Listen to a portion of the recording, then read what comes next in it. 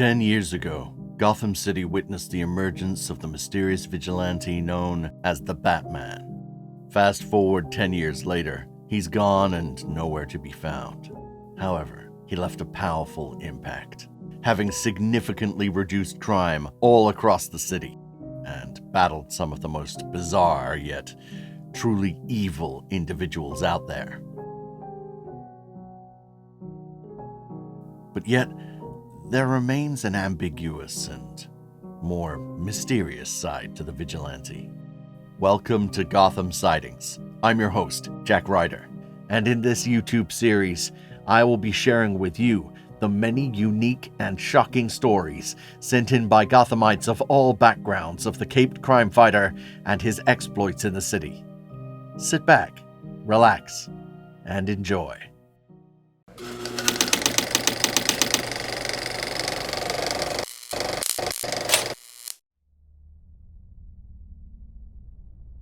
My name is Samuel, and me and my friend Cody are urban explorers. We like to go to abandoned places all across the city and explore them. A few years back, we went to the old GothCorp industrial park. It was shut down a long time ago due to safety issues and allegations of employee mistreatment. At this point, we'd only explored a handful of places in the past year, but they were deeper into the city, whereas the industrial park was a little more out of the way, on the edge of the city, and separated by the Finger River. There was this particular building we really wanted to get on top of, because it had this really cool tower that we liked, and we wanted to see the city from that height. To get into the industrial park, me and Cody had to go down into the river to get across. It was pretty much the same as the LA River, so we weren't exactly swimming or anything. You often would get a lot of street racing down in this part as it was drained. There would also be homeless nearby, but tonight it was quiet, and surprisingly no one was in sight. One of the reasons we weren't too sure about the place was the possibility that we would run into people whilst trying to get in, but we braved it, and we were fine. The actual park, at first, appears impossible to get into because of the tall walls and buildings that outline its perimeter, but to an urban explorer, you pick up on a few things. We spotted a crumbled part of a wall where we could easily just climb over, so that's what we did.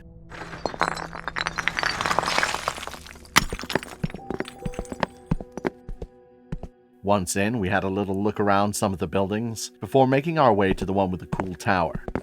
The moon was very bright, and it made for some atmospheric photos that I took on my phone. Honestly, as much as it was fun to take some photos, the whole place was creepy, like everything was sort of just left around untouched. Cody and I came to the building with the tower, and it was easy to get into as the shutters were wide open. But before we went in, we stopped because we both heard a noise. It sounded like a bang, and it came from our left, but away from where we were going in. We looked over to where we heard the sound, but couldn't see anyone. We passed it off as just other explorers or kids looking to have fun elsewhere in the park, so we just went inside anyway, so that we would avoid whoever made the sound. The inside was massive, from what we could see with our flashlights. Chains, walkways, and machinery were everywhere we looked. Cody spotted a stairway leading up, so we checked it out, hoping it would lead to the roof. The stairway seemed stable enough, and led to a set of walkways that ran above the room. It was a good thing none of us were scared of heights. The month before, we both actually went skydiving at this place just outside of Bloodhaven. We shined our flashlights around, getting our bearings on where we were, and I saw towards the end of one walkway a ladder that went up into the ceiling. It had a sign next to it that read, "Roof Access." Bingo. We'd found it. Next stop, one cool-ass tower. We went along, got to the ladder, and climbed it.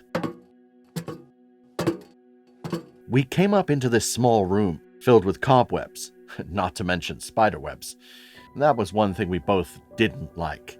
8-legged creatures with 8 eyes. Hey, God, what were you thinking?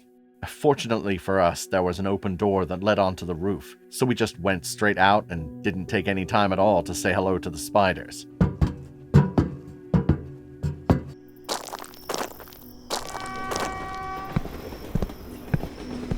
The view was awesome. You could practically see all of Gotham, but I knew that we would see it more once at the top of the tower. It was at the other end of the roof, so we went over to it. The door to get in was a little stiff, so I kicked it in and it opened.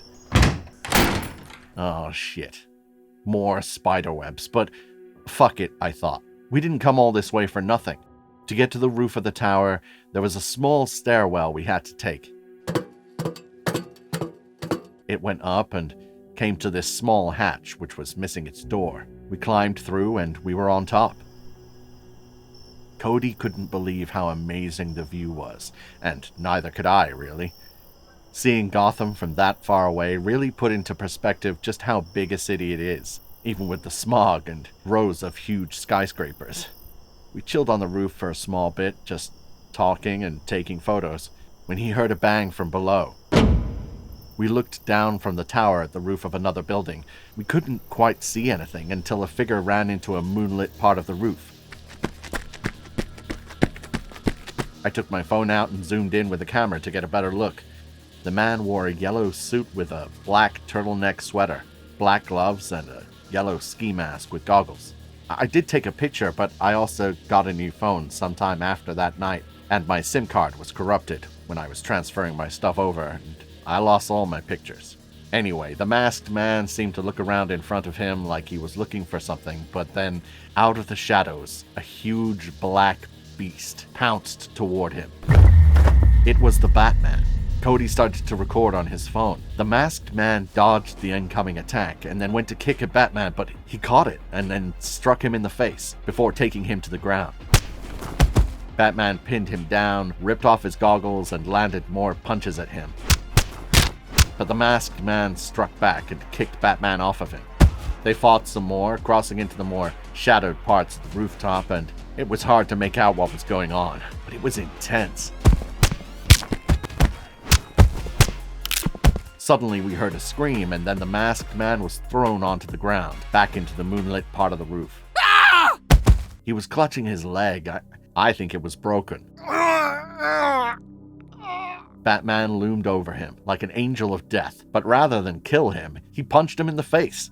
The masked man was put to sleep in an instant. Cody tried to zoom in a little more on his phone, but accidentally dropped it off the roof. The phone made several bangs as it fell, hitting different things on its way down. We saw Batman react to the noise, and we shit our pants and bolted. We raced off that roof and got down the same way we got up, and once we got back onto the ground, we went right back over the crumbled wall we had gotten over before. We crossed the river and never looked back. Cody stayed over at my place that night, as we were both a little scared and paranoid if Batman would come look for us. But nothing happened. Everything was fine. No midnight attacks from a giant bat. Cody was pissed about dropping his phone, but we were so panicked that all that was on our mind was getting out of there. The next day, we saw in the news that this hired killer called the Eraser was apprehended by Batman. It was the masked man we saw the other night. Apparently, he was so good at killing people and not leaving a trace that he was nicknamed the Eraser by those who hired him. He was using a building in the industrial park as some kind of base of operations or something like that. I've always thought why Batman didn't come for us, but if I were to take a guess, maybe he realized that we were just two dudes urban exploring, but I guess I'll never know.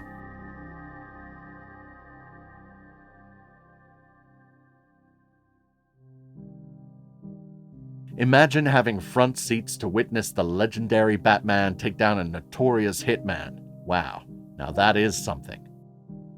I know that there are proposals to demolish the GothCorp Industrial Park and build a new facility for the Arkham Hospital, among other ideas such as a racetrack and a football stadium. But we'll see what happens within the next few years. This has been Gotham Sightings with your host, Jack Ryder. Thank you for watching, and stay safe out there.